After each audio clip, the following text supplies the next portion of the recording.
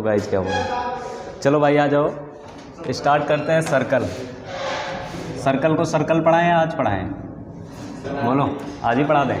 चलो देखो सर्कल क्या होता है, it is a locus of a point, it is a locus of a point which moves such a way such that its distance from a fixed point is always constant.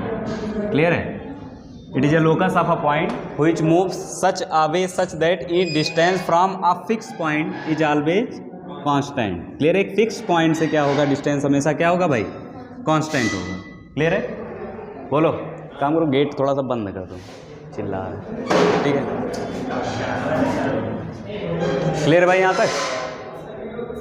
तो इसका मतलब ये हुआ sir, लिख लेना थोड़ा सा, it is a locus of a point, it is a locus of a point which moves such that its distance from a fixed point is always constant. Clear है? It is a locus of a point which moves such that its distance from a fixed point is always constant. वो जो fix point होता है उसको बोलते हैं centre. बोलो, fix point is called centre. Fix point को हम सेंटर बोलते हैं, और वो जो डिस्टेंस कांस्टेंट है हमेशा उसको क्या बोलते हैं? हाँ, तो कांस्टेंट डिस्टेंस को क्या बोलते हैं? कांस्टेंट डिस्टेंस को क्या बोलते हैं भाई? Radius of circle, radius. Clear है? सर्कल के डिफिनेशन में कोई दिक्कत नहीं है ना? कोई पूछेगा बता ले जाओगे? It is a locus of a point which moves such a way such that it distance from a fix point is always constant. Fix point is called centre and fix distance is called radius of the circle. Clear है? चलो तो बात करते हैं equation of circle पे। ठीक है, तो ये इसका डिफिनेशन क्लियर है। अब इक्वेशन ऑफ सर्कल कैसे निकालोगे, आओ समझते हैं। इक्वेशन ऑफ सर्कल देखो, जैसे हर एक क्वेश्चन में चिड़िया की आंख दिखती है, वैसे इसमें भी दिखना चाहिए, है कि नहीं? चिड़िया की आंख क्या होगी? यहाँ पे सेंटर पता हो तुम्हें, मान लेते हैं अल्फा कामा बीटा सेंटर है, ठीक है, और रेडियस मान लेते हैं स्मॉल आर है, ठीक है। तो क्या इसी पॉइंट का लोकस चाहिए एच कामा के का? वो इस तरीके से लोकस चाहिए कि इसका जो डिस्टेंस है वो किसके बराबर हो? आर के बराबर। तो डिस्टेंस निकाल सकते हो या नहीं? कितना आएगा? एच माइनस अल्फा का whole square plus k minus beta का whole square is equal to under root, ये किसके बराबर होगा? आर के। तो यहाँ से क्या बोल सकता हूँ कि एच माइनस अल्फा का whole square plus k minus beta का whole square equal to are square. यही होता है इक्वेशन ऑफ सर्कल। यही क्या है? Equation of circle. थोड़ा सा अगर h को x से और k को y से रिप्लेस कर देते तो और अच्छा तुम्हें लगेगा। x माइनस अल्फा का whole square plus y minus beta का होल स्क्वायर इक्वल टू क्या आएगा भाई? R square. बोलो, यही है इक्वेशन ऑफ सर्कल। ठीक है। अब अगर अल्फा और बीटा सेंटर तुम्हारा जीरो हो जाता, अल्फा बराबर बीटा बराबर जीरो, तो तुम्हें सर्कल देखने को मिलता है x square plus y square equal to क्या भाई? R square. अगर मतलब ऐसा सर्कल दिखा तो सेंटर क्या है उसका? जीरो। और अगर एक्स माइनस अल्फा का whole square plus y minus beta का whole square equal to are square दिखा तो सर्कल का सेंटर होगा अल्फा और बीटा और रेडियस क्या होगी? आर। इसका मतलब क्या, हमें दो चीज़ें दिखनी चाहिए भाई सर्कल में। अगर सर्कल की इक्वेशन लिखनी है तो सेंटर और रेडियस, बस। बोलो, अगर सेंटर पता चल गया तो एक्स माइनस अल्फा का whole square plus y minus beta का होल स्क्वायर लिखेंगे, रेडियस पता चल गया तो इक्वल टू आर स्क्वायर। तो चिड़िया की आँख क्या दिखनी चाहिए भाई? सर्कल की इक्वेशन लिखने के लिए चिड़िया की आँख क्या दिखनी चाहिए तुम्हें?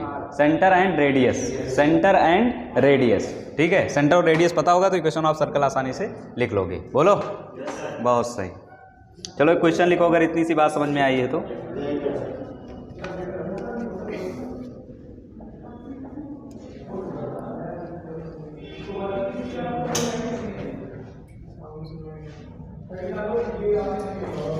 कहोगे सर ये कोनिक कैसे? अच्छा, मैं तुम्हें एक चीज़ बताता हूँ, थोड़ा सा कोनिक के बारे में मैंने बताया नहीं, आओ बताता हूँ। कोनिक सेक्शन, ये कोनिक सेक्शन का एक पार्ट है। यही नहीं, स्ट्रेट लाइन भी कोनिक सेक्शन का पार्ट है। क्लियर है? अब कोनिक सेक्शन कहने का क्या मतलब होता है, देखना ध्यान से। कौन देखे हो क्या? डमरू देखे हो क्या? अरे डमरू देखे हो ना? क्लियर है? डमरू को क्या होता है कि एक प्लेन के थ्रू काटते हैं हम लोग। क्लियर है? एक प्लेन के थ्रू काटते हैं। देखना ध्यान से, अगर मैं उस डमरू को, ठीक है, ऐसे डमरू पकड़ लूँ, ठीक है, और उसको ऐसे एक परपेंडिकुलर प्लेन में कट करूँ, ठीक है, ऐसे परपेंडिकुलर प्लेन में से कट करूं डमरू को, ठीक है, तो क्या तुम्हें उस पे ऐसे उसके जो पेरीफेरी है उस पे क्या सर्कल दिखेगा? दिखेगा ना? अरे बोलो दिखेगा ना? तो बेसिकली अगर परपेंडिकुलर टू प्लेन कट करते हो तो तुम्हें क्या दिखेगा? सर्कल। आई बात समझ में? तो वहाँ सर्कल तुम देखने को पा सकते हो। क्लियर है? अब इसी को कट करते करते चलेंगे और हर एक कर्व को निकालते चलेंगे। बोलो क्लियर है? सर्कल पता चला कैसे आया? जब परपेंडिकुलर कट करेंगे। तो एक क्वेश्चन लिखो, find the equation of circle which centre is, find equation of circle which centre is 3, -2 and radius is 5 and radius is 5। Find the equation of circle which centre is 3, -2 and radius is 5। बताओ जल्दी से। क्या तुरंत बता दोगे कि समय लगाओगे? क्या कैलकुलेशन करना है? कुछ नहीं करना। x-3 का होल स्क्वायर प्लस y-2 का होल स्क्वायर इक्वल टू 25 हो गया। बोलो थोड़ा सा और उसको सॉल्व कर लो भाई। ब्रैकेट ओपन कर लें, क्योंकि अभी ब्रैकेट ओपन करोगे तो कुछ चीज़ें तुम्हें दिखाऊंगा उसमें।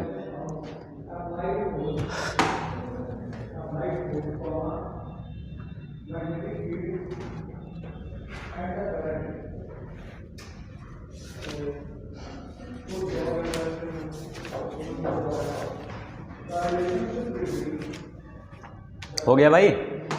तो इसका मतलब सर अगर सेंटर पता और रेडियस पता, इक्वेशन ऑफ सर्कल निकाल लोगे। x-3 का होल स्क्वायर प्लस y+2 का whole square equal to r square. अरे बोलो यही तो लिखोगे भाई, x-3 का होल स्क्वायर प्लस y-2 का whole square is equal to क्या? r स्क्वायर मतलब कितना? 5 square.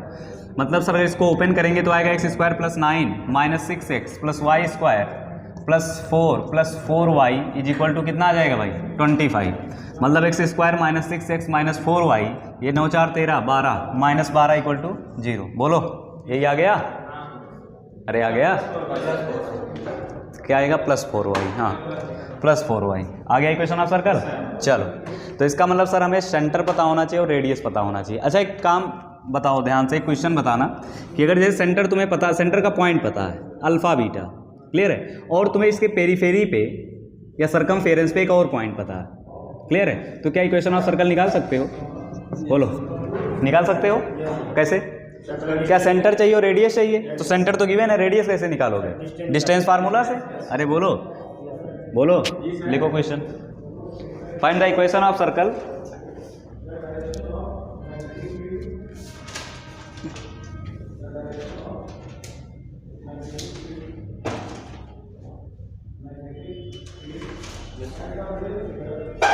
find the equation of circle whose center is 2, -1, whose center is 2, -1, whose center is 2, -1 and passes through 3, 6 and passes through 3, 6, whose center is 2, -1 and passes through 3, 6। बताओ, बता ले जाओगे या नहीं? बताओ जल्दी से।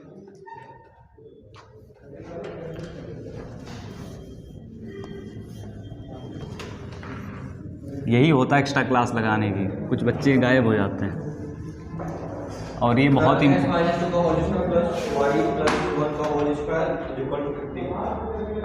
x-2 का होल स्क्वायर प्लस y+1 का होल स्क्वायर इक्वल टू 50। सही है।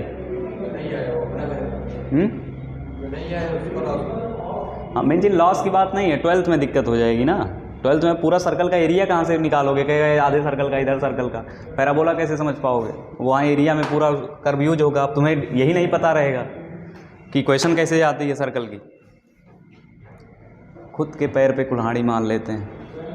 चलो आगे बढ़ें, आगे बढ़े भाई। देखना ध्यान से, देखना मगर ध्यान से। अच्छा तुम सोचो, ध्यान से बताना, अगर डायमीटर के 2 इंड तुम्हें पता हो, डायमीटर के 2 इंड पता हो, क्लियर है, तो क्या इक्वेशन ऑफ सर्कल बता सकते हो? कैसे? मिड पॉइंट इसका क्या होगा? सेंटर। और ये क्या होगा? यही डिस्टेंस निकालो, डिवाइड बाई 2 कर देना, या ये डिस्टेंस निकालो जो तुम्हारी इच्छा करे। क्लियर है? निकाल लोगे ना? तो ऐसे ही तुम्हें वो उलझाएगा, ठीक है, ऐसे ही तुम्हारे साथ खेलेगा वो। हो सकता है कि ये सेंटर दे के तुमसे कहेगा कि सर्कल वहाँ से पास हो रहा है जहाँ पे ये 2 लाइन इंटरसेक्ट कर रही हैं। सर्कल वहाँ से पास हो रहा है जहाँ से ये 2 लाइन क्या कर रही हैं? इंटरसेक्ट कर रही हैं। बोलो। तो बेसिकली ये पॉइंट पता चल गया, ये पॉइंट पता चल गया, और सर इसकी इक्वेशन दी रहेगी, स्ट्रेट लाइन की, सॉल्व कर लेंगे, बोलो। अरे कर ले जाओगे ना। अब देखना एक और क्वेश्चन कैसे देगा, कहेगा कि दो पैरेलल टेंजेंट गिवन है तुम्हें, क्या गिवन है, दो पैरेलल टेंजेंट और सेंटर तुम्हें गिवन है, find equation of circle, find equation of circle.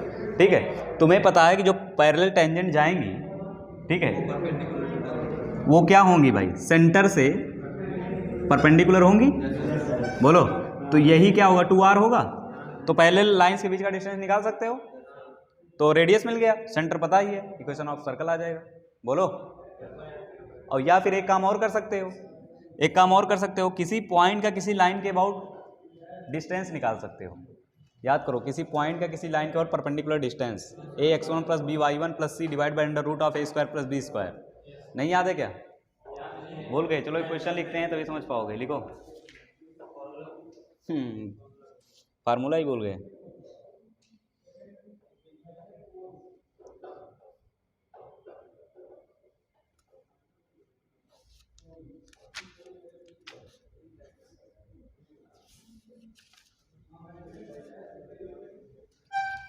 Find the equation of circle. Find the equation of circle. Find the equation of circle. The end point of one of diameter. The end point of one of whose diameter. Find the equation of circle. The end point of one of whose diameter are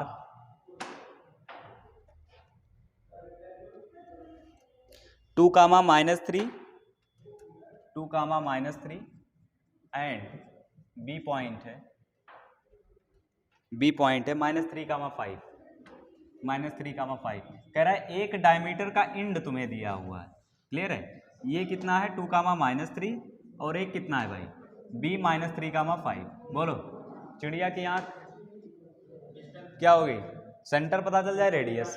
तो तुम्हें पता है अगर ये diameter है तो mid point क्या होगा, सेंटर। बोलो, तो मिड पॉइंट कितना आएगा, 2, 3, 5। बोलो, -1/2, 2, 3 -1 -½ कामा कितना आएगा, -3, 5, 2 यानी 1। सेंटर पता चल गया।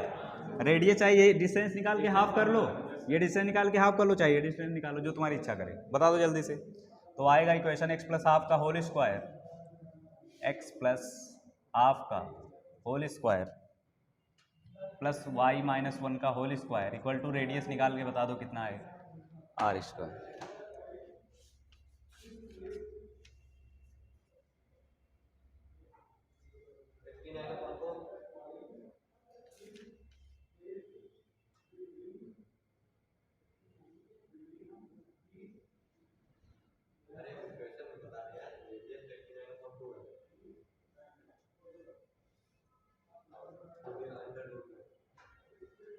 क्लियर है, जितना भी आ रहा होगा।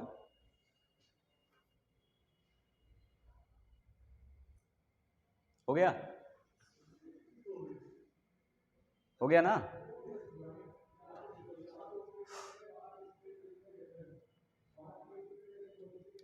इसका एक और आसान तरीका मैं तुम्हें बताता हूँ, कहोगे सर इससे आसान क्या होगा, एक और इससे भी आसान आएगा, ठीक है। हाँ, इससे भी आसान तरीका मैं तुम्हें बताता हूँ, देखना। क्या तुम्हें ये पता है, ध्यान समझना, कि जो भी डायमीटर होता है वो सर्कमफेरेंस पे हमेशा एंगल 90 डिग्री बनाता है। इतना क्लियर है ना, सर्कल में ये पता होगा। अरे जो डायमीटर होता है वो हमेशा सर्कमफेरेंस पे 90 डिग्री बनाता है एंगल, क्लियर है। तो देखना ध्यान से, क्या इसी का लोकस हमें चाहिए, इसी पॉइंट P का लोकस चाहिए, सच दैट वो 2, -3 एंड, चलो एक काम करते हैं, किसी x1 y1 के लिए ड्राइव कर लेते हैं, उसी लिए सब पे लगाएंगे, x1 y1 और x2 y2, कोई भी डायमीटर के दो एंड है, ठीक है, P एंड Q, क्लियर है। और हमें P का लोकस चाहिए, वो इस तरीके का लोकस होना चाहिए कि P इसको भी ले लिया हूँ क्या, तो इसको O मान लो, ठीक है। तो OP and perpendicular to OQ। बोलो बोलो बोलो, इसका मतलब क्या, M1 और इसका स्लोप कितना होगा, M2। तो इसका मतलब ये बोल सकता हूँ कि M1 M2 का प्रोडक्ट क्या होना चाहिए, -1, ठीक है। M1 कितना आएगा बता सकते हो, कितना आएगा, K - y1 डिवाइडेड बाई, अरे ठीक है ऐसे करो चाहे वैसे करो, H - x1 into into k minus y two divided by h minus x two equal to कितना -1। बोलो यही आएगा। अब देखना ध्यान से, इधर मल्टीप्लाई कर दो तो k minus y one into k minus y two बराबर minus times of h minus x one into h minus x two. बोलो इसी को इधर ले आते हैं, इसी को इधर ले आते हैं भाई, अरे इसी को इधर ले आते हैं ना। तो अच्छा h को x से और k को y से रिप्लेस कर दूं, कोई दिक्कत नहीं है क्योंकि लोकस ही तो निकालना है। तो क्या ये आ जाएगा भाई x minus x one x minus x two plus y minus y one into y minus y two equal to 0। बोलो यही आएगी इक्वेशन ऑफ सर्कल।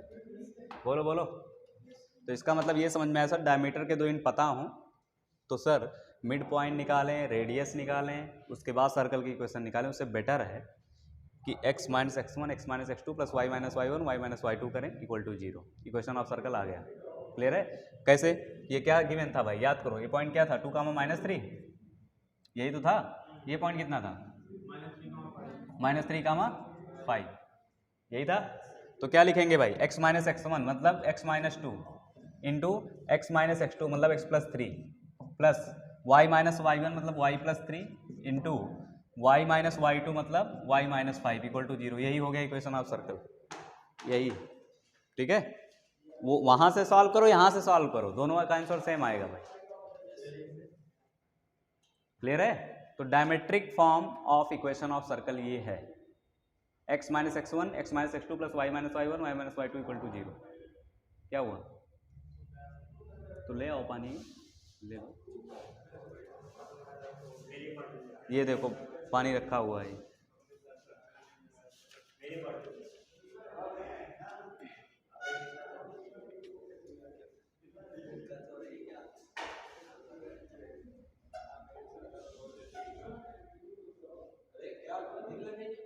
क्लियर है भाई? इरेज कर दें इसको। तो डायमेट्रिक फॉर्म में इक्वेशन ऑफ सर्कल ऐसे लिख सकते हो। ठीक है, अगर तुम चाहते हो तो। बाकी अगर नहीं चाहते हो तो तुम्हारे पास प्रॉपर सेंटर और रेडियस ध्यान होना चाहिए, वो चाहे जैसे निकालना है तुम्हें, इक्वेशन ऑफ सर्कल लिखना है। तुम्हें अभी ये देख के लग रहा होगा कि सर इसको फर्जी में क्यों रटे, लेकिन ये बहुत मदद करता है आगे चल के। ठीक है, क्योंकि जो क्वेश्चन है थोड़ा जल्दी सॉल्व कर सकते हैं। आगे बढ़े, चलो। एक ऐसे नोट करके पॉइंट लिखो, नोट। हाँ नोट, 1000 का नोट नहीं है ये नोट है। ठीक है, जो इंपॉर्टेंट है लिखो। Find equation of circle, find equation of circle, find equation of circle with centre h comma k and touches the x axis. Find equation of circle with center h comma k and touches the x axis. Touches the x axis. तो देखो अगर x axis को touch कर रहा है ना, तो एक चीज बता सकते हो, क्योंकि तुम्हें पता है कि सर्कल का सेंटर पता चल जाए, रेडियस पता चल जाए, तो इक्वेशन ऑफ सर्कल लिख देंगे। तो ये बताओ कि यहाँ से ऐसा नहीं लग रहा है कि अगर x एक्सिस को टच कर रहा है तो यही रेडियस होगा। ठीक, इसका मतलब सर इसका इक्वेशन आएगा x माइनस एच का whole square plus y minus k का whole square equal to k square. बोलो, अरे क्लियर है? अब सेम नोट में तो फर्स्ट नोट था, सेकंड नोट क्या होगा देखना ध्यान से, कि अगर y एक्सिस को टच कर रहा है और सेंटर h कामा के, इस सिचुएशन में अब रेडियस कितनी आएगी, h। बोलो, अरे यही तो होगा सेंटर h। तो यहाँ पे इक्वेशन ऑफ सर्कल क्या लिखोगे, x माइनस एच का whole square plus y minus k का होल स्क्वायर इक्वल टू। अब एक सिचुएशन और क्रिएट हो सकती है कि touches both the x and y axis, touches both the x and y axis. तो तीनों केस बना लेंगे। हाँ, तो यहाँ पे क्या होगा, अगर एच कामा के दिया हुआ है बाई चांस, तो एच और के दोनों बराबर ही होंगे। ठीक है, अगर दोनों एक्सिस को टच कर रहा है तो यहाँ पे तुम ये लिख सकते हो कि एक्स माइनस एच का whole square plus y minus k लिखो, या जो भी लिखो, के का whole square equal to h square या के स्क्वायर, क्योंकि दोनों बराबर ही हैं एच और के यहाँ, अगर दोनों एक्सिस को टच कर रहा है तो। सोचो कि अगर दोनों एक्सिस को टच करा, सिर्फ रेडियस दिया हुआ तो काम हो जाएगा? बोलो, दोनों एक्सिस को अगर टच कर रहा हो, रेडियस ही की मैंने सिर्फ, तो काम हो जाएगा, क्योंकि सेंटर क्या होगा, आर का मार। बोलो लिख लो।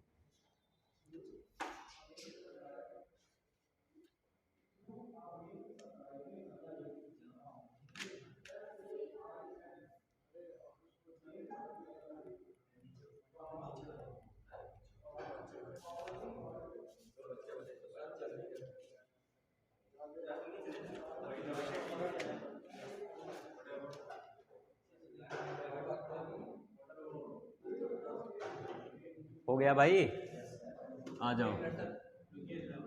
अरे भाई जल्दी लिखो, इतना समय क्यों लगा रहे हो? आज 2 चैप्टर खत्म करने के मूड में हूँ, 2 चैप्टर खत्म करने के मूड में हूँ। सर्कल एंड पैराबोला, हाँ। अरे एक एक एक्सरसाइज हैं भाई, नहीं पढ़ेंगे, केमिस्ट्री पढ़ेंगे अभी इसके बाद, हैं?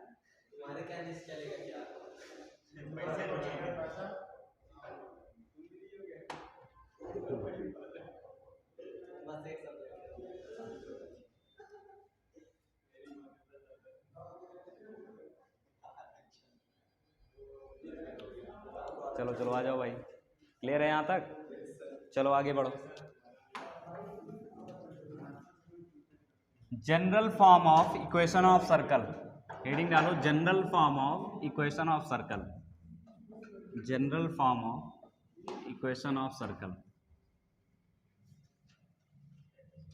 General form of equation of circle. देखो ध्यान से, किसी भी कोनिक का जो इक्वेशन आता है वो a x square plus b y square plus 2gx plus 2fy plus 2hxy plus c equal to 0। किसी भी कोनिक, वो चाहे स्ट्रेट लाइन हो, चाहे पैराबोला हो, चाहे हाइपरबोला हो, चाहे इलिप्स हो। अब इसमें कंडीशन लगेगी, सर सबकी जनरल इक्वेशन यही है। अब इसमें कंडीशन लगेगा कि कब ये सर्कल होगा, कब पैराबोला होगा, कब हाइपरबोला होगा और कब इलिप्स होगा। ठीक है, अब देखना ध्यान से, सर्कल कब कहलाता है। ठीक है, अच्छा सर्कल की इक्वेशन और लिखते हैं तो एक्स माइनस अल्फा का whole square plus y minus beta का whole square equal to are square, यही तो लिखोगे भाई। ठीक है, तो तुम्हें पता है बेसिकली आएगा क्या, x square plus alpha square minus 2x alpha, बोलो, और यहाँ पे आएगा क्या, y square minus plus beta square minus 2y beta minus R square equal to 0। Clear है? तो यहाँ पे थोड़ा सा और इसको रीअरेंज कर देता हूँ, देखना ध्यान से, x square plus y square, ठीक है, minus 2x alpha minus 2x alpha minus 2y beta minus 2y beta plus alpha square plus beta square minus R square equal to 0। ऐसा नहीं लग रहा है कि देखो यहाँ पे x और y के कॉफिशिएंट क्या है, 1 है। इसका मतलब यहाँ पे अगर तुम चाहते हो कि इक्वेशन सर्कल हो तो a बराबर b बराबर क्या होना चाहिए, 1। बोलो, a बराबर b बराबर क्या होना चाहिए, 1। अगर नहीं रहेगा तो बनाएंगे, बोलो क्लियर है। सेकेंड चीज देखो यहाँ पे, तो एक्स वाई का टर्म नहीं आ रहा है, एक्स वाई का टर्म नहीं आ रहा है, ये आ रहा है इसमें एक्स वाई का टर्म, कहाँ आ रहा है, एक्स वाई का, दोनों का प्रोडक्ट की बात कर रहा हूँ भाई, एक्स और वाई इंडिविजुअल आ रहा है ना, मतलब ये तो आ रहा है सर, ये नहीं आ रहा है, मतलब एच की वैल्यू क्या होनी चाहिए, 0।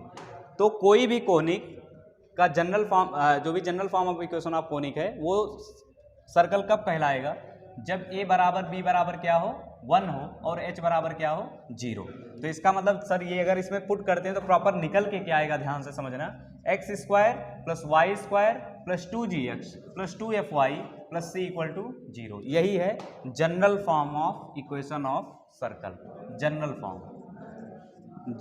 फॉर्म लिख लो, general form of equation of circle.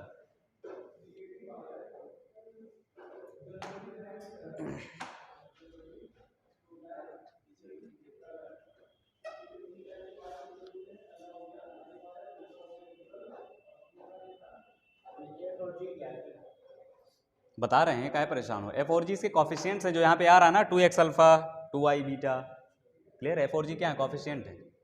अभी आ रहे हैं, परेशान ना हो, अभी पूरा क्लियरिटी आ जाएगी कि एफ और जी हैं क्या।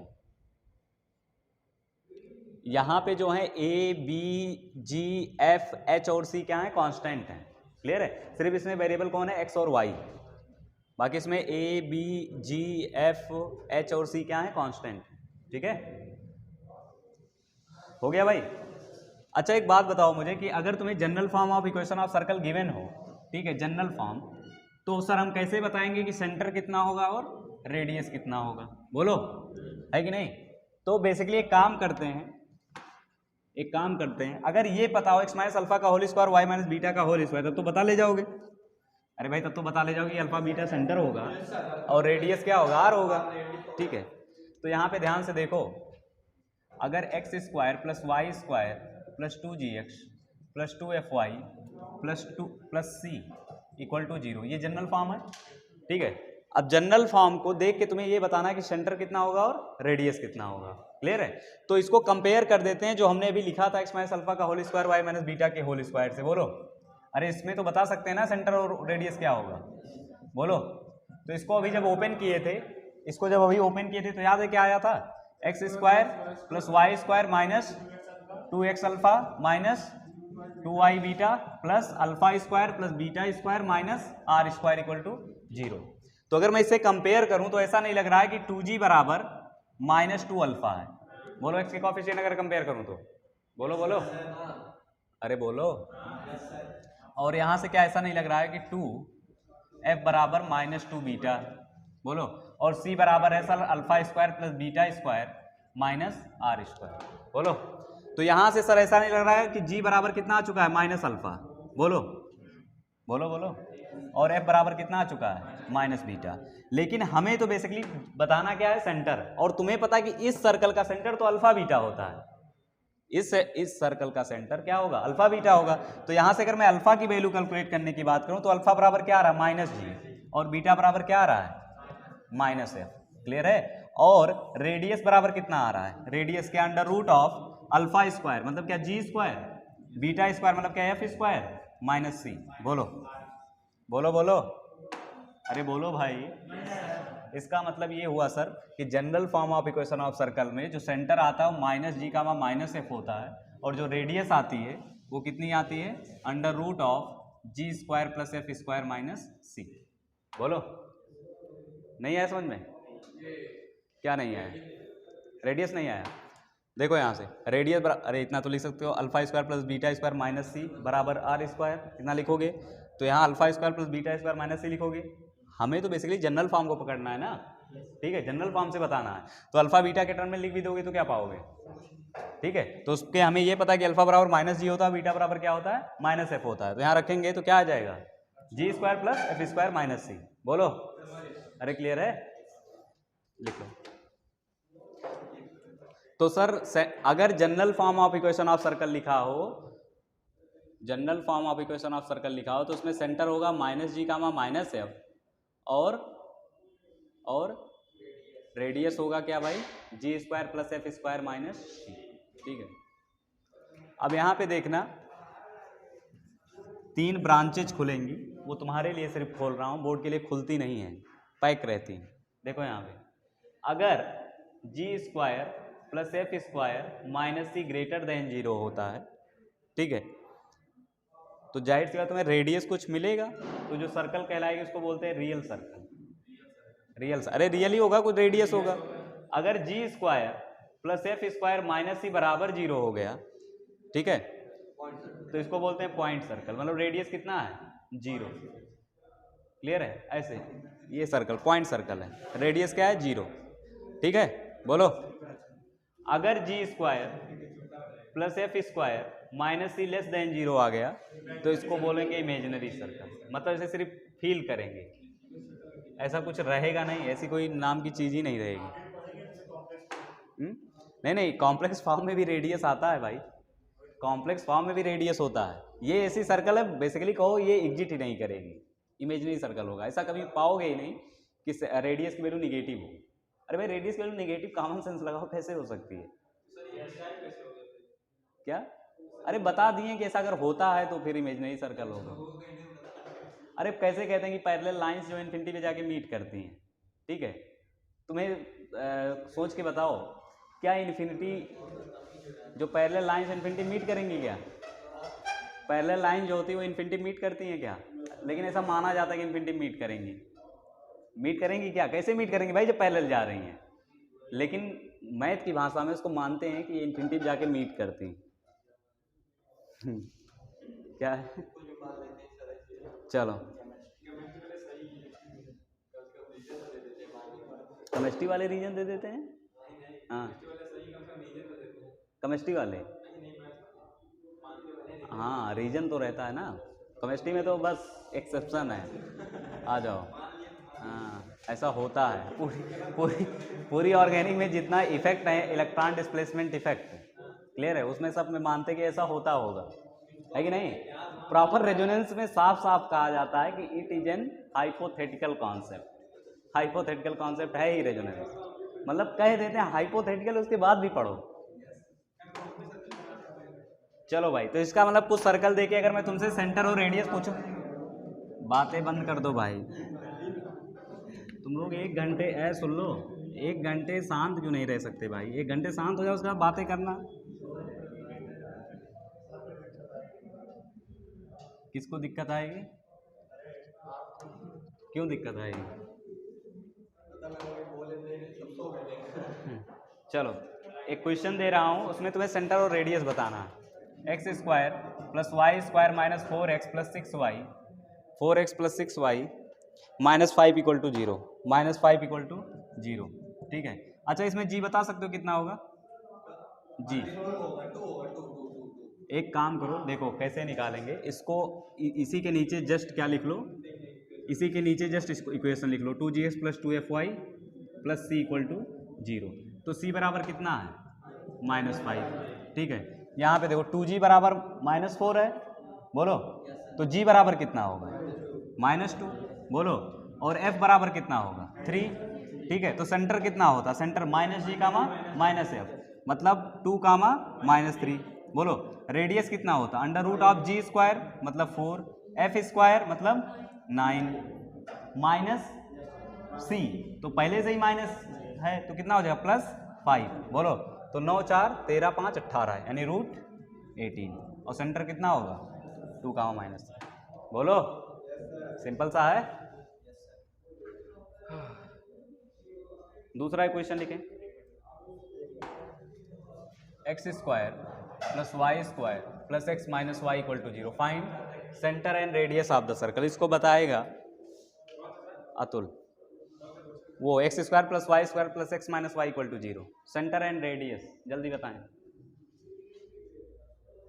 1 नंबर का क्वेश्चन 2 नंबर का आना ही है तुम्हारे पेपर में, कंफर्म है सर्कल का, और यहीं से आएगा, यही पूछा जाएगा। ऐसे देके बोलेगा सेंटर और रेडियस बताओ।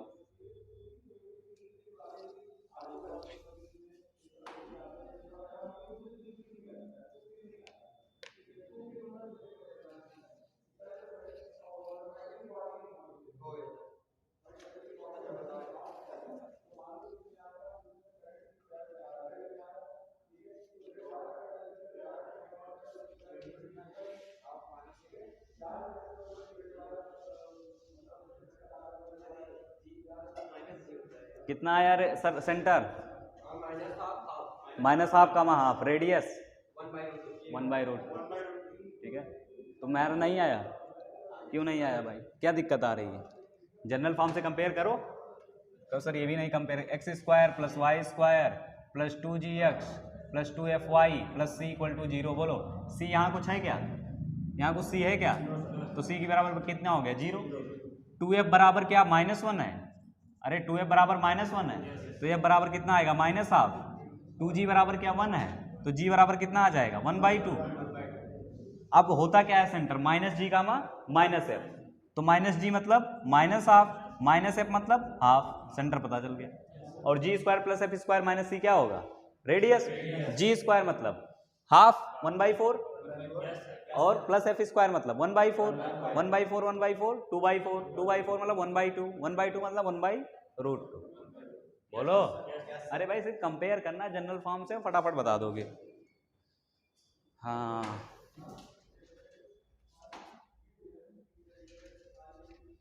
तो सेंटर और रेडियस में कोई दिक्कत नहीं है, बोलो। बहुत सही।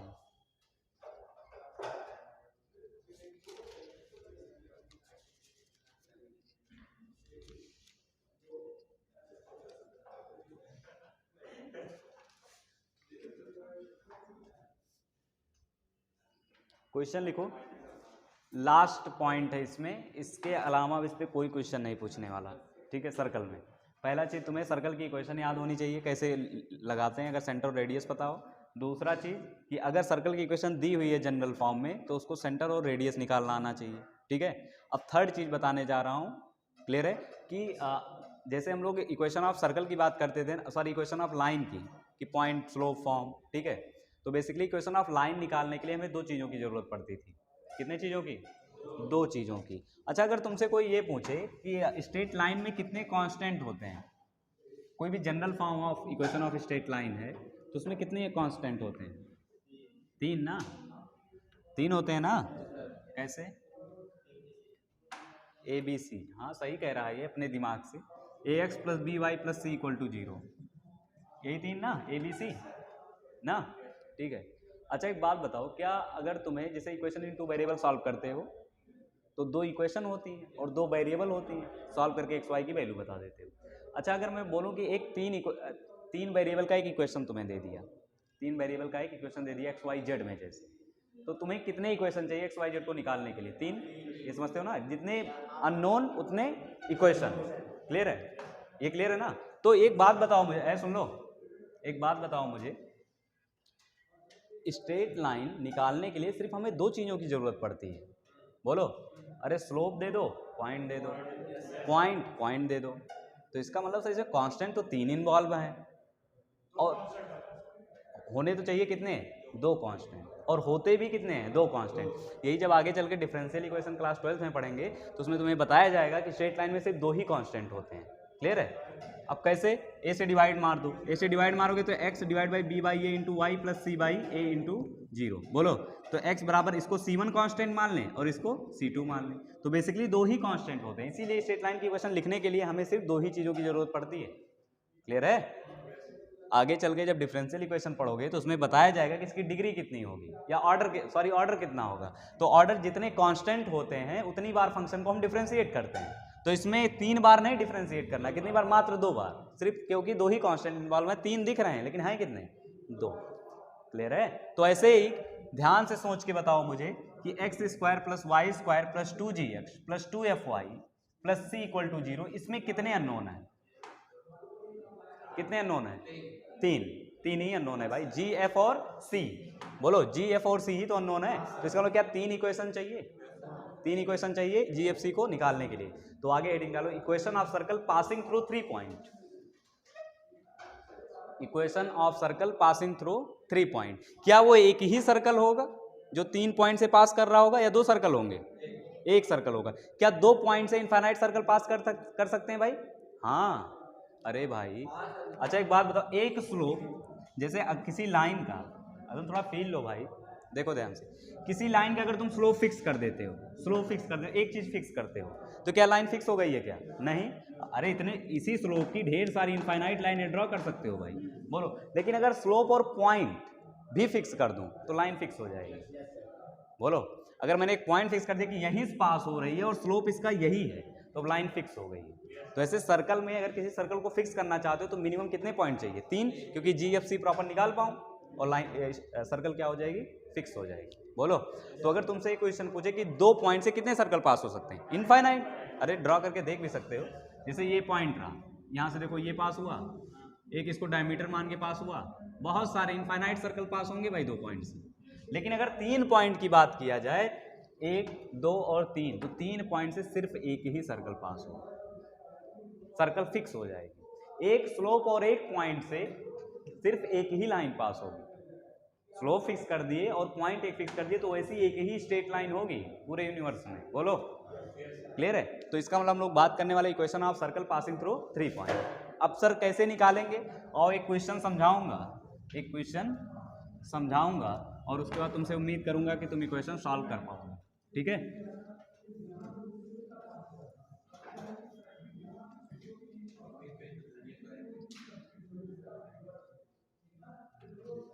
देखना भाई ध्यान से, लिखो equation of circle passes through 0, 0, 5, 0 and 3, 3, equation of circle passes through 3 point. Clear है? तो पहले हम क्या करेंगे, इक्वेशन ऑफ सर्कल लिखेंगे, x square plus y square plus 2gx plus 2fy plus c equal to 0। सोचो अगर gfc मिल जाए तो काम चल जाए, इक्वेशन ऑफ सर्कल आ जाएगी। तो क्या तीनों पॉइंट से पास करा देंगे, 3 रिलेशन आएगा।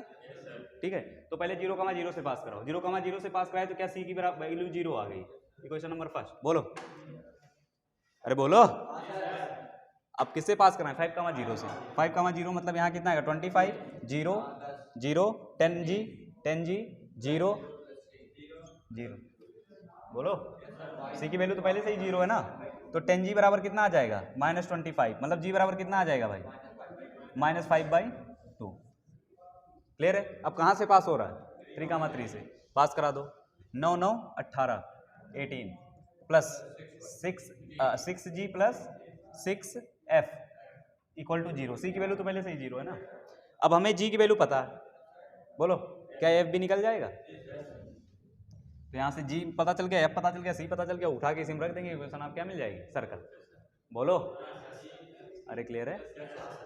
तो कहने का मतलब ये हुआ, equation of circle passes through 3 point हम निकाल लेंगे। अब देखना कैसे तुम्हें घुमाएगा, इतने क्वेश्चन तुमसे पूछे जाएंगे। क्वेश्चन ऐसे पूछा जाएगा कि 3 सर्कल है, वो एक ट्रेंगल, 3 स्ट्रेट लाइन और ट्रेंगल बना रहे हैं, ठीक है, उनके पॉइंट ऑफ इंटरसेक्शन से एक सर्कल पास हो रहा है, find the equation of circle, find equation of circle. ठीक है, तो ये पॉइंट, ये पॉइंट, ये पॉइंट मिल जाएगा, 3 इक्वेशन आ जाएगी, सॉल्व कर लेंगे, जीएफसी की वैल्यू बता देंगे, इक्वेशन ऑफ सर्कल बता देंगे। बोलो, इसका एक और तरीका तुम्हारे पास है, छोटा वाला, छोटा वाला लगाओगे तो हो सकता है तुम नंबर ना पाओ। ठीक है, क्योंकि बोर्ड वालों का प्रॉपर क्राइटेरिया होता है, क्राइटेरिया होता है कि ऐसे ही लगाना है, जीएफसी मान के तीनों इक्वेशन को सॉल्व करना और आंसर बताना है। ठीक है, तुमने एक पढ़ा होगा सरकम सेंटर, सरकम सेंटर, सोचो अगर सरकम सेंटर मिल जाए काम चल जाए, है कि नहीं। तो intersection of perpendicular bisector, intersection of perpendicular bisector of sides. ठीक है, इसकी इक्वेशन निकाल लेंगे 2 की, अरे मिड पॉइंट होगा भाई, क्लियर है, और इसके स्लोप से आ जाएगा, ये पॉइंट मिल जाएगा, मतलब सेंटर मिल गया, यहाँ डिस्टेंस निकाल लेंगे, क्या मिल जाएगा, रेडियस मिल गया, इक्वेशन ऑफ सर्कल आ गया। ठीक है, तो ऐसे भी सॉल्व कर सकते हो। क्लियर है? तो अगर मिल जाए तो कर लेना, फिर मुझे मत कहना कि सर नंबर नहीं मिला, मिल जाएगा ना।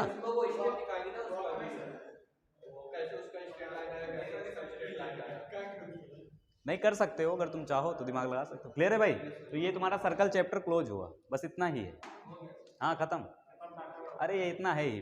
क्लियर है? हाँ, तो ये क्लियर है भाई यहाँ तक। सर्कल में देखो ध्यान क्या रखना है, अरे पहले पैरा बोला तो देखोगे, देखो ध्यान इसमें क्या देना है, इक्वेशन ऑफ सर्कल, सेंटर और रेडियस पे फोकस करना है। सेकंड क्या पूछा जा सकता है इसमें, देखना ध्यान से कि 3 पॉइंट से पास होने वाले सर्कल के बारे में बताओ। जीएफसी में रिलेशन आएगा 3 अननोन, सॉल्व करके आंसर बता देंगे। ठीक है, बस यही 2 चीज़ें तुम्हारी पूछी जा सकती हैं, और इसमें और बाकी कुछ नहीं पूछा जाएगा। ठीक है, बाकी यही जेई पोर्शन में क्या होता है, जेई पोर्शन में भी टेंजेंट, नॉर्मल, फिर आगे बहुत दूर तक जाए। ठीक है, यही बहुत बड़ा कॉर्ड ऑफ कॉन्टैक्ट है, equation of tangent, equation of normal, ठीक है, इक्वेशन और बहुत सारे ट्रेंगल और एंगल का एरिया बहुत दूर तक जाते हैं। ठीक है, बस इसमें इतना ही है 11 पोर्शन। बोलो, क्लियर है? तो इसमें 2 एक्सरसाइजें हैं, देखना ध्यान से भाई, 2 एक्सरसाइजें हैं, दोनों एक्सरसाइज सॉल्व कर लोगे भाई। पहले वाली एक्सरसाइज में तो अब इतना सिंपल क्वेश्चन पूछा है, सेंटर और रेडियस देके सर्कल की क्वेश्चन पूछा है। अब कोई बेवकूफ़ ही होगा जो नहीं बता पाएगा। देखो ये देखो, इक्वेशन ऑफ सर्कल देके रेडियस पूछा हुआ है, बता ले जाओगे ना, बस यही क्वेश्चन है इसमें। आगे हेडिंग डालो पैराबोला। पैराबोला कौन बोला? पैराबोला कैसे बनेगा देखना ध्यान से, देखना, जो जिसमें वाइन पीते हैं वो जानते हो, जिसमें वाइन पीते हैं, दारू जिसमें वाइन पीते हैं, समझते हो? अरे एक हाँ, एक देखना, हाँ गिलास नहीं, गिलास ये तो नॉर्मल गिलास हो गया जो यहाँ कहीं बैठ के मार देते हैं। हाँ, कर्व टाइप का होता है। ठीक है, देखो किसी को सुन लो, किसी कोनिकल शेप को, ठीक है, किसी सर्टेन एंगल अल्फा पे अगर हम कट करें, सर्टेन एंगल अल्फा पे, तो प्रॉपर तुम्हें पहले बना के दिखा देता हूँ। अजय पैराबोला तुम देखे होगे, अरे ये सब देखे नहीं हो क्या? देखे हो ना, क्वाड्रेटिक में नहीं देखे हो क्या? अगर नहीं भी देखे हो तो पैराबोला की जो डायग्राम आता है यही आता है, यही आता है, ठीक है। इतना लेट कर दिए तुम, डायग्राम वही आता है भाई, ठीक है। अच्छा सोचो कि ये आएगा कब शेप, सोचो कब शेप आएगा, ठीक है। जब हम लोग वही पकड़ो वाइन का बॉटल नहीं क्या, ग्लास, और उसको किसी देखो ऐसे अगर परपेंडिकुलर कट करोगे तो एक सर्कल दिखेगा पेरीफेरी पे, सरकमफेरेंस पे, लेकिन अगर किसी सर्टेन एंगल पे काटेंगे तो कुछ इसी टाइप का डायग्राम आएगा। बोलो, अरे इसी टाइप का डायग्राम आएगा ना, इसी टाइप का डायग्राम आएगा। लेकिन ऐसा भी कट करना है कि एक तरफ देखना ध्यान से, अगर तुमने मतलब ऐसे कट करना है, देखना ध्यान से कि बेसिकली पूरे को नहीं कट करना किसी सर्टेन एंगल पे, ऐसे कट करना कि ऊपर से ही कट करके निकल जाए, तो एक ऐसे तुम्हें ऐसे डायग्राम दिखेगा, ठीक है। तो वो उसी को बोलते हैं पैराबोला। कौन बोला, पैराबोला, ठीक। अब पैराबोला का डिफिनीशन सुनना, it is a locus of a point, it is a locus of a point. ध्यान सुनना किस तरह का लोकस होता है पैराबोला का, नहीं किसी भी कोनिक का, किसी भी कोनिक का डिफिनीशन देने जा रहा हूँ, वही पैराबोला में भी, हाइपरबोला में भी, इलिप्स में भी, सब में वही लगाएंगे। ध्यान सुनना, it is a locus of a point, the ratio of distance from a fixed point and a fixed line is always constant. दोबारा सुनो, it is a locus of a point, it is a locus of a point such that its ratio of distance from a fixed point and a fixed line is always constant. वो इस तरीके से move करेगा, ध्यान समझना भाई, locus बहुत मजेदार है इसका, पैराबोला का। बस इसमें तुम्हारे जो सीबीएसई का सिलेबस है क्लास 11th में, इसमें सिर्फ तुम्हें पैराबोला की इक्वेशन आनी चाहिए बस, और सर्कल की इक्वेशन आनी चाहिए बस, इससे तुम्हारा काम हो जाएगा। बस इतना ही पूछा ही है, ठीक है। एक अब इसमें तो 2 एक्सरसाइज है सर्कल में, पैराबोला में 1 एक्सरसाइज, हाइपरबोला में 1 एक्सरसाइज, और इलिप्स में 1 एक्सरसाइज। कल वाली अगली क्लास में तुम्हारा पैराबोला और इलिप्स दोनों कवर कर दूंगा, और इसकी अगली वाली क्लास में इलिप्स खत्म हो जाएगा, ठीक है। तुम उठा लो, आर डी शर्मा में भी, अरे मैं 3-4 सालों से पढ़ा रहा हूँ, उसमें भी 2 एक्सरसाइज है सर्कल में, पैराबोला में 1 एक्सरसाइज, हाइपरबोला में 1 एक्सरसाइज, और इलिप्स में भी 1 एक्सरसाइज, ठीक है। आओ देखो ध्यान से, it is a locus of a point, देखना ये P है, यही मूव करेगा, कौन मूव करेगा भाई, P मूव करेगा, वो इस तरीके से मूव करेगा, क्लियर है, कि उसका डिस्टेंसेस का रेशियो एक फिक्स पॉइंट से और एक फिक्स लाइन से हमेशा क्या होगा, कांस्टेंट, क्लियर है। मतलब sir PS divide by PM ये हमेशा क्या होगा, constant. It is a locus of a point which move such that it's ratio of distances from a fixed point and a fix line is always constant, clear है। और इसी constant को क्या बोलते हैं, इसेंट्रिसिटी। क्या बोलते हैं, इसेंट्रिसिटी। नाम तो सुना ही होगा, नहीं सुने हो क्या, नहीं सुने हो तो सुन लो, इसेंट्रिसिटी उसी को बोलते हैं, क्लियर है। तो हर एक कर्व की अपनी इसेंट्रिसिटी होती है, ठीक है। अब देखना C की वैल्यू पैराबोला के लिए और हाइपरबोला के लिए और इलिप्स के लिए, सुन लो। पैराबोला के लिए E की वैल्यू 1 ली जाती है, मतलब PS बाई PM की वैल्यू क्या होनी चाहिए, बराबर होनी चाहिए। PS अरे अगर 1 हो जाएगा तो PS बराबर PM आ जाएगा ना, बोलो। मतलब कि ये ऐसे मूव करेगा कि इसका डिस्टेंस यहाँ से और यहाँ से क्या हो, हमेशा कांस्टेंट हो। देखना कैसे मूव कैसे करेगा, सोचो ऐसे तो मूव नहीं कर सकता ऐसे, क्योंकि अगर ऐसे मूव किया तो यहाँ से देखो, यहाँ से तो कांस्टेंट डिस्टेंस मेंटेन कर रहा है, लेकिन यहाँ से दूर जा रहा है, जबकि ऐसा मूव करना चाहिए कि यहाँ से डिस्टेंस और यहाँ से डिस्टेंस हमेशा क्या हो, सेम हो। तो उसको ऐसे ही मूव करना पड़ेगा, क्लियर है, ऐसे प्रॉपर। अब देखना हर एक पॉइंट का यहाँ से और यहाँ से डिस्टेंस हमेशा क्या होगा भाई, बराबर, हमेशा क्या होगा, बराबर, ठीक है। तो वो ऐसे ही मूव करेगा, बोलो क्लियर है। तो मतलब सर पैराबोला के लिए E की वैल्यू क्या होगी, 1, हाइपरबोला के लिए E की वैल्यू होगी ग्रेटर देन 1, और इलिप्स के लिए E की वैल्यू होगी 0 और 1 के बीच में, बोलो। तो पैराबोला की लिखें, कोनिक की डिफिनीशन लिखो पहले, कोनिक की, सिर्फ कोनिक की डिफिनीशन लिखें। It is a locus of a point, it is a locus of a point which moves such that the ratio of distance, it is a locus of a point which moves such that its ratio of distance from a fixed point and a fixed line,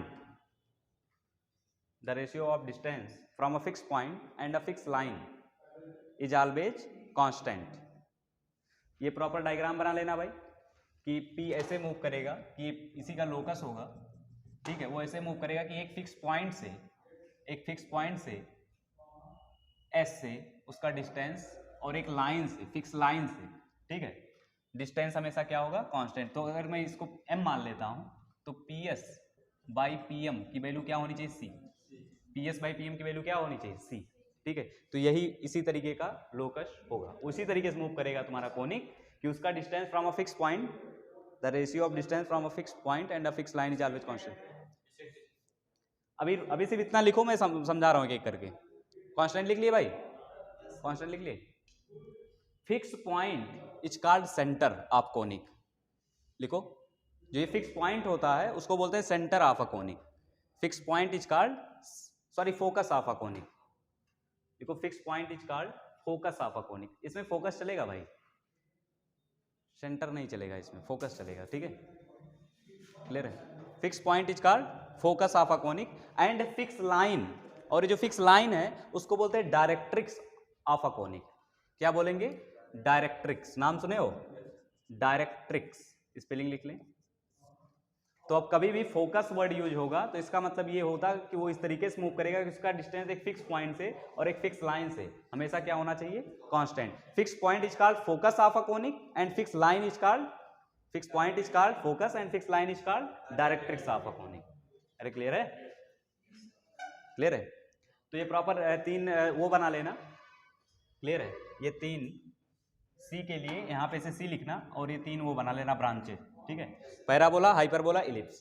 parabola के लिए लिखना कि ई की value 1 के बराबर होगी, para, hyper, hyperbola and ellipse. Parabola के लिए लिखना कि ई की वैल्यू 1 होगी, हाइपरबोला के लिए ई की वैल्यू ग्रेटर देन 1 होगी एंड इलिप्स के लिए 0 और 1 के बीच में होगी, निगेटिव नहीं होती इसेंट्रिसिटी कभी। यहाँ पे सी को बोल देना कि सी को वो जो कांस्टेंट रेशियो आता है उसको बोलते हैं इसेंट्रिसिटी, इसेंट्रिसिटी ऑफ कोनिक।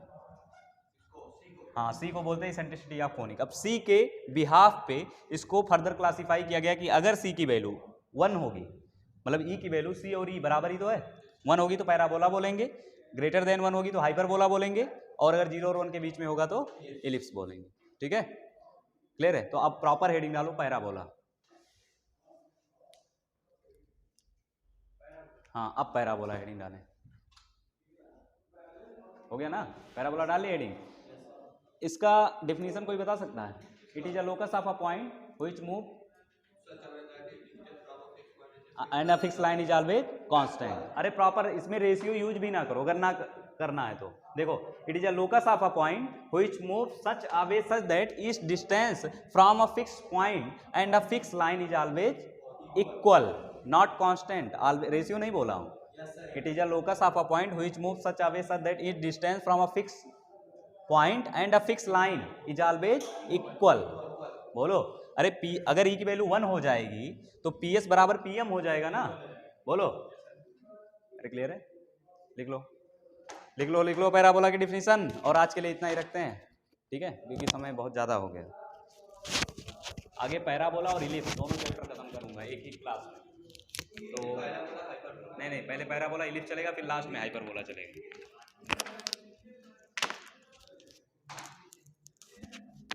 अब इसको जाके आज घर पे जो है प्रॉपर सॉल्व कर लेंगे भाई सब लोग, ठीक है। एक एक एक्सरसाइजें हैं, मतलब इसमें 2 एक्सरसाइज है, ज़्यादा नहीं तो हमने 5-5, 6-6 क्वेश्चन सबके सॉल्व ही कर लो, ठीक है, ठीक है ना। हाँ, और कोर्स परेशान ना हो, 19 तक खत्म कर दूंगा मैथ का। अब बचा ही क्या है, पैराबोला इलिप्स कल पकड़ लूंगा, मतलब अगली वाली क्लास में।